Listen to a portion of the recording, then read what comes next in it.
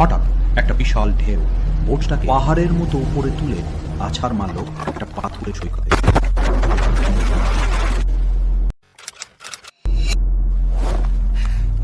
জ্ঞান ফেরার পর জয় দেখল চারিদিকের কুয়াশা এতটাই ঘন যে হাত বাড়ালে নিজের আঙুলও দেখা যাচ্ছে না।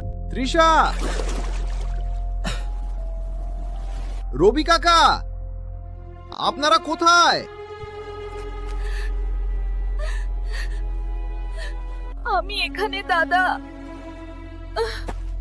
আমার পাটা মনে হয় মচকে গেছে। নাবিক রবি একটু দূরে পড়েছিলেন। তিনি উঠে দাঁড়িয়ে কম্পাসটা বের করলেন, কিন্তু একই কম্পাসের কাঁটাটা পাগলের মতো চারদিকে ঘুরছে। রবি কাকার মুখটা ফ্যাকাশে হয়ে গেল। জয়, তৃষা, আমরা কোনো সাধারণ জায়গায় নেই। এই দ্বীপটার কথা আমি লোকমুখে শুনেছিলাম, কিন্তু কোনোদিন বিশ্বাস করিনি।